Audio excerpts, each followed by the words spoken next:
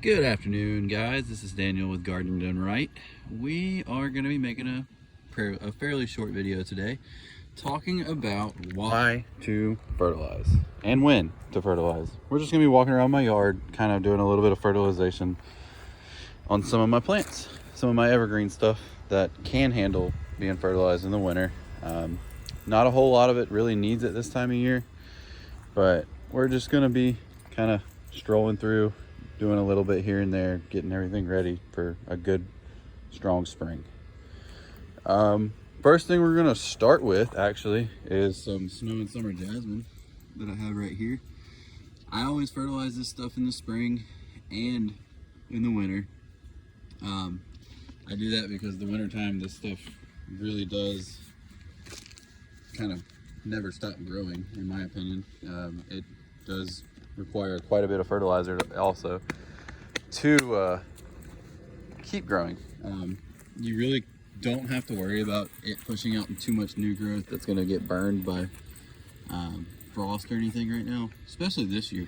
This year in Georgia has been very mild winter, and that's just been kind of bad for some of the plants. Like, I've got some hydrangeas that are starting to push out green growth now, and I'm getting kind of worried. I hope I don't get a hard frost and then everything kind of dies back.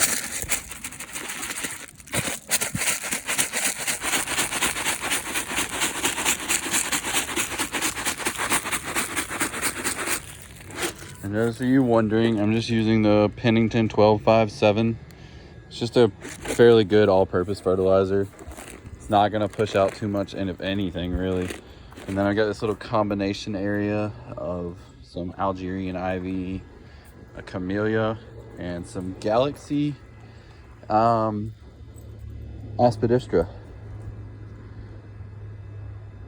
Some cast iron plant.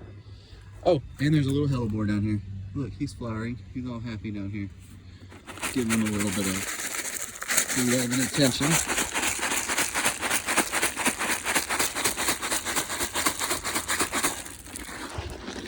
Remember, you have that, just knock it off the leaves. You don't want it to burn. We'll come up here. You see, look, you know what I mean? Hydrangea, green growth, not good. My little Japanese maple. This is a lion's mane Japanese maple. The leaves actually grow all the way around the stem, and it's probably one of the coolest Japanese maples you can really have.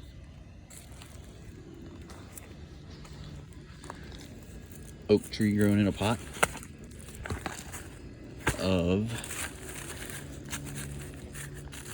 euchera. I love these guys. Give this guy a little bit.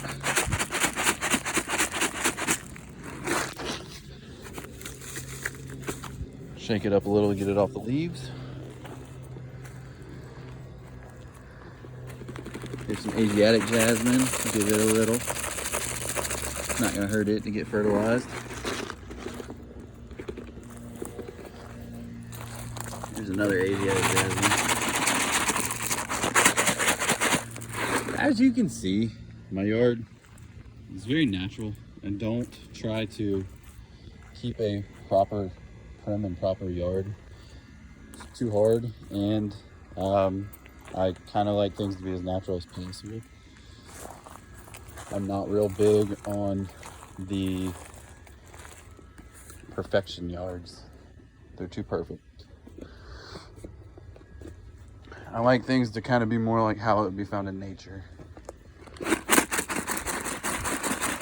Give this sedum just a little bit. Not too much. Rake it under. This right here, I don't know if I can get it all in frame, but this right here is one gigantic Miss Huff lantana, I believe is the variety. It thing's probably 6 feet tall by 8 or 10 feet wide. It thing is massive. It's beautiful when it flowers in the spring. I love it.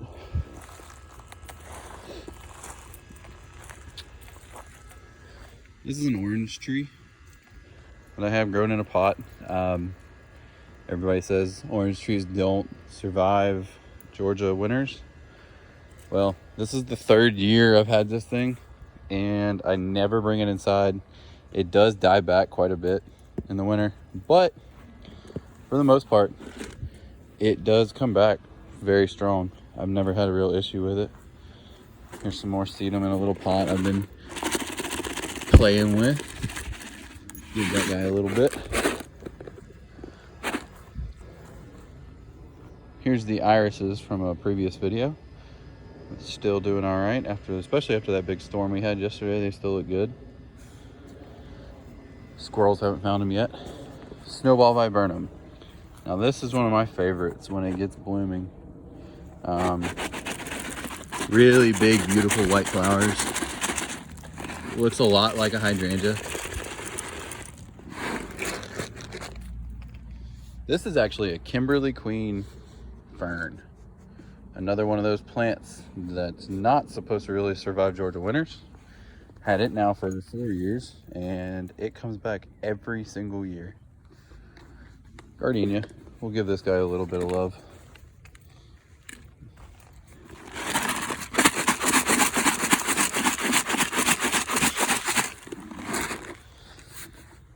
My azalea bush. This one does have like a lot of lacebug damage on it. Those little spots on the leaves, that's your lacebug damage. That's all previous year lacebug damage. This year I am going to try to implement more of a fertilizer regimen and a insecticide regimen. Not a huge fan of insecticides, but I am a huge fan of azaleas. So there's a give and take. You do have to use them to keep your azaleas looking healthy and blooming properly. Now I'm probably going to use quite a bit of fertilizer on this guy because it is a pretty well established azalea, but we're not going to use too terribly much.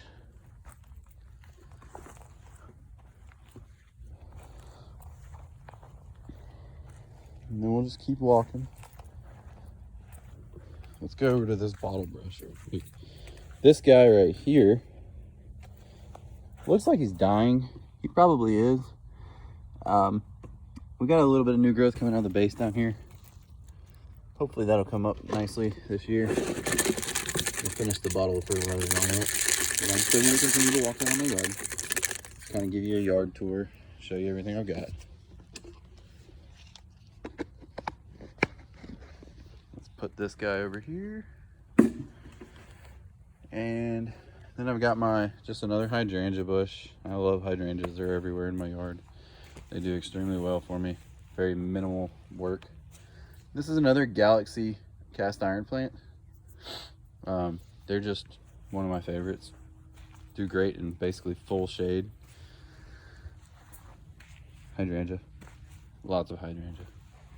Here's a Cameocypherus. This one is Paul's Gold, I believe. Needs to be moved. Probably going to be an upcoming video of me moving this guy, so that way he gets more sunlight and the proper sunlight that he actually needs. We're back over here towards the snow and summer jasmine, but we're going to talk about the dogbane, or also known as leucothoe. Love this stuff. I have the small ground cover variety. This is a rainbow variety. Then I have the Florida leucothoe, which is your upright variety. Doesn't get near as colorful, but it gets huge. The rainbow one is more of a ground cover, stays low, does really, really nice in Georgia. I've had multiple ones. There's the remnants of one right there. It's still alive, it's pushing through, but not doing too well.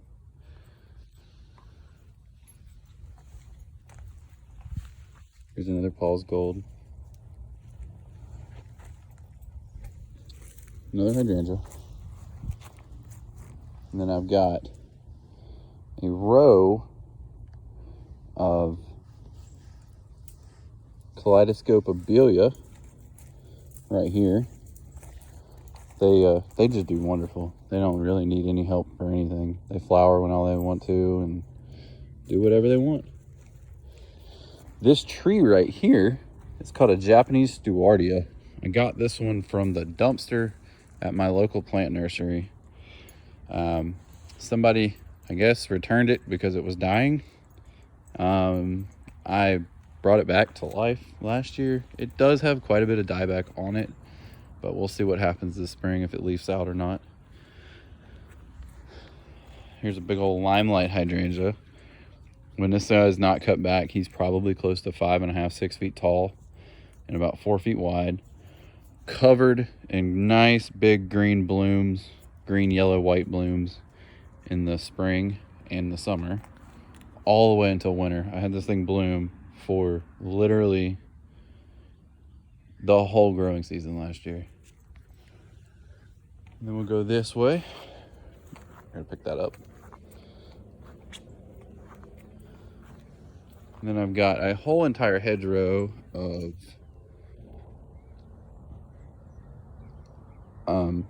emerald green arborvitae back there. Trying to get those to grow up and cover this whole natural back area. So that way, when the fall's here, I don't look in there and see my neighbors and stuff. But it's coming along. And then we got some sunshine ligustrum in front of those. And these guys are another one of those plants that you just kind of plant in the ground and forget about them. They don't need your help. They don't really want your help because they do amazing on their own. And then we have some paper whites in front of there. These guys were weird this year. You can see actually this one's still blooming. I've never had one bloom in the winter, but this year they did. It was a weird winter. It's been a weird winter. We'll see what happens. Hopefully they come up in the spring. Don't mind all the weeds. I'm getting ready to order an entire dump truck full of mulch to go through and remulch this entire hillside, all the crepe myrtles, everything down to all the way over there to that little bamboo.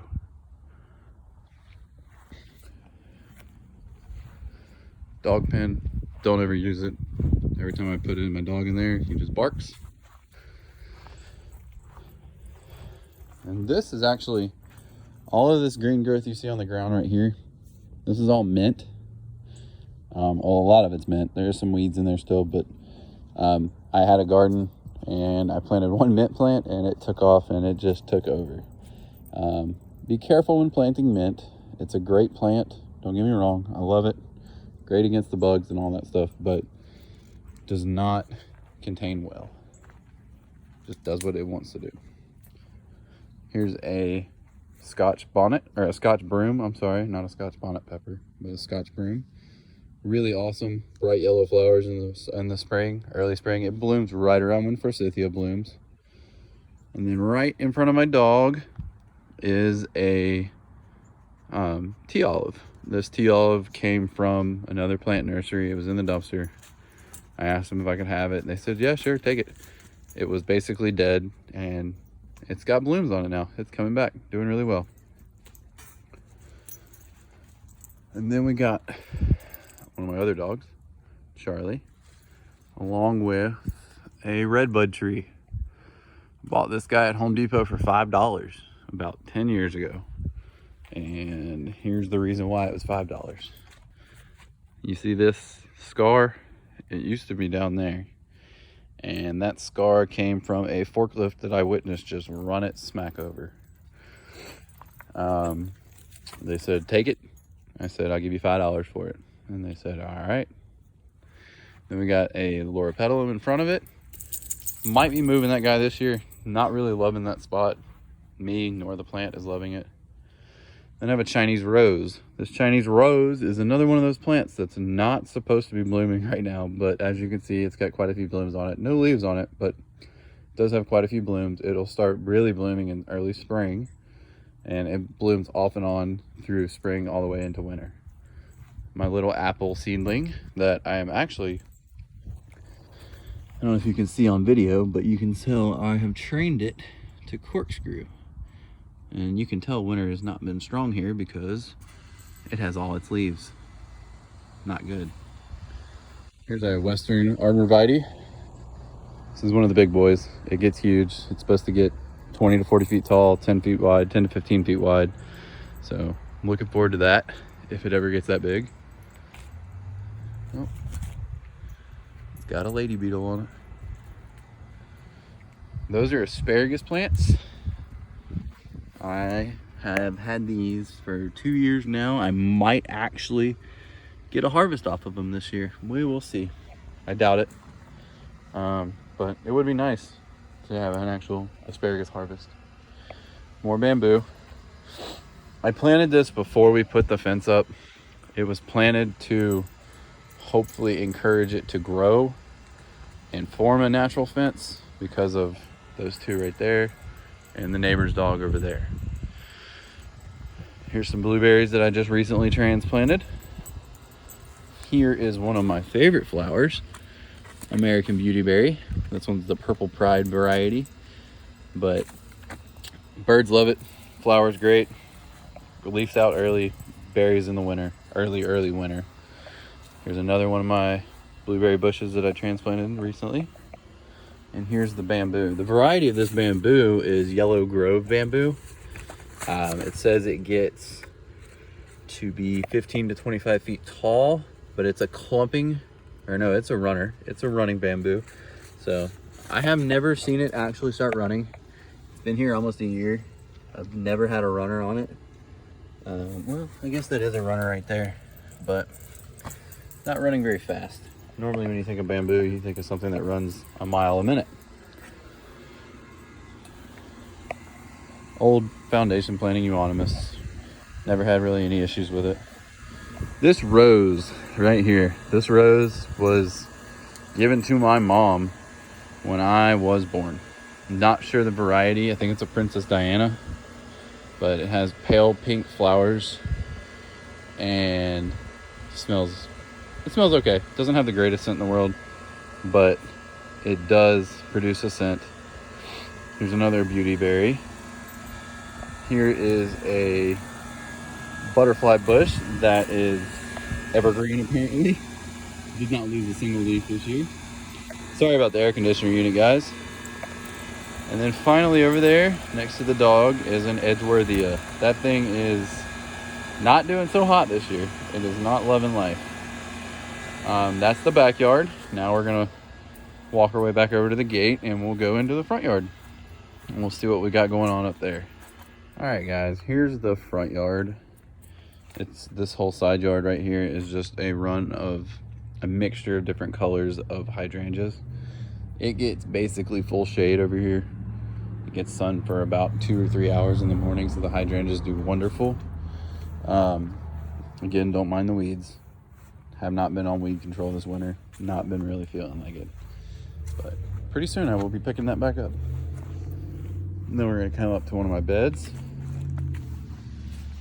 And more foundation hollies. Not a huge fan of them, but you gotta have them. I've got a butterfly bush right here. I think this one's the Black Knight variety, if I remember correctly. And then at the base of that, we have quite a bit of Vinca vine. Vinca vine is just a good ground cover. Look, there's a flower. Periwinkle, Vinca, whatever you want to call it. Then I have two little miniature crepe myrtles right here. One right here. And the other one's right there. Some cone flowers in here sporadically. This is called a red rooster grass. It looks dead. It's not. It's new growth. It's that red color. It's really kind of cool. I love it. And then I have a bunch of dianthus. The dianthus were all supposed to be annuals. Every single one of them's lived and come back every year. And then we have a St. John's wort. This is a more of a trailing one, I would say. This is not an upright bush, St. John's wort. This guy came back from the dead completely. It's living in a pot, but I'm 90% sure it has rooted itself into the ground. Just some annuals, fall annuals. We'll go up to this tree. Worst tree ever created. It's a Bradford pear. I don't ever recommend them. I hate them, I hate them, I hate them. And I'll explain why. And here's my gardenia bush. I had to move this guy because we were doing some irrigation, or not irrigation work, I'm sorry. We were doing some drainage work in my yard, and he was in the way. And then I have a Henry Lauder's walking stick. This one's a young guy. We did prune him back pretty heavily this year because he did have a bunch of really gangly looking runs on him, but I love them. They're really cool. Lots of cool bends in their branches. And then growing in that tree, this is a weird story. I was just out here one day and I noticed a leaf, and I pulled that leaf, and that leaf had roots. And it is a creeping fig that has literally just taken off and just grown really well into that tree. And I'm just kind of left it. We'll see what happens. There is vinca under here. It's a new growth, new planting. You can see it starting to come up from through here, a little bit here and there. One hellebore survived up here. It gets the most shade on this side, so that's probably why it survived. More weeds. I've got to really get on weeds. Just don't like to. And then I've got some more pansies.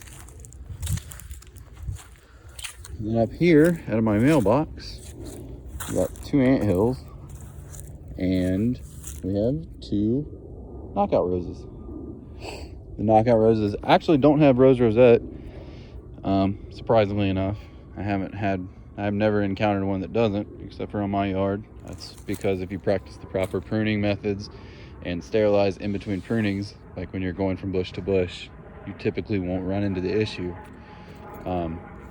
I also only prune my yard. I don't prune anybody else's, so I don't really have to worry about too much damage from it getting it from another yard. And then we're gonna go down over onto the other side yard. Oh wait, let's go over here. I want to see this little plant. I haven't looked at it in a while. So right here, this guy, this is a curry plant, and it smells like steak in the spring.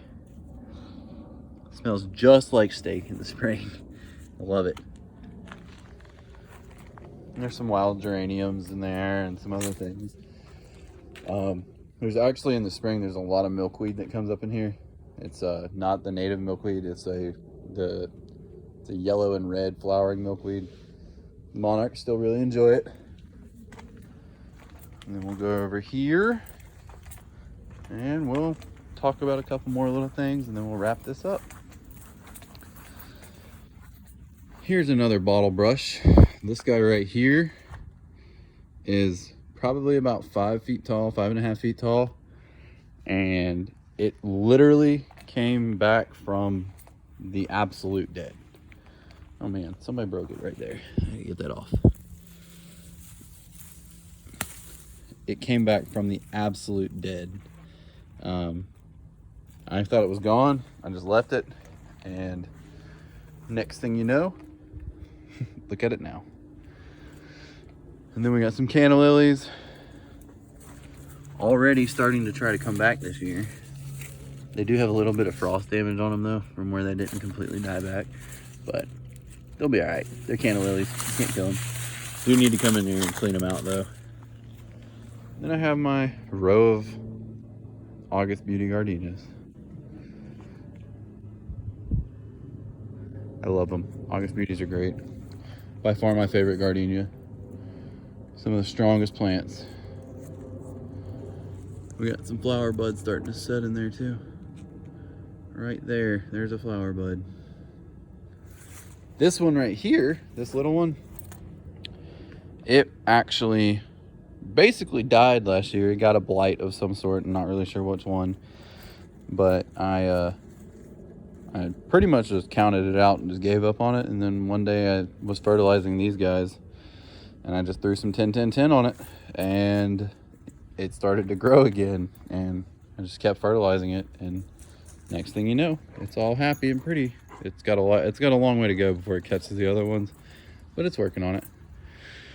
Well, guys, we'll stop over here because we already talked about these crepe myrtles. And like I said in previous videos, if y'all have any questions, want to know anything or anything at all, Feel free to like, comment, subscribe, and let me know what you want me to do. Let me see if I can get it done for you. Thanks. Y'all have a good day.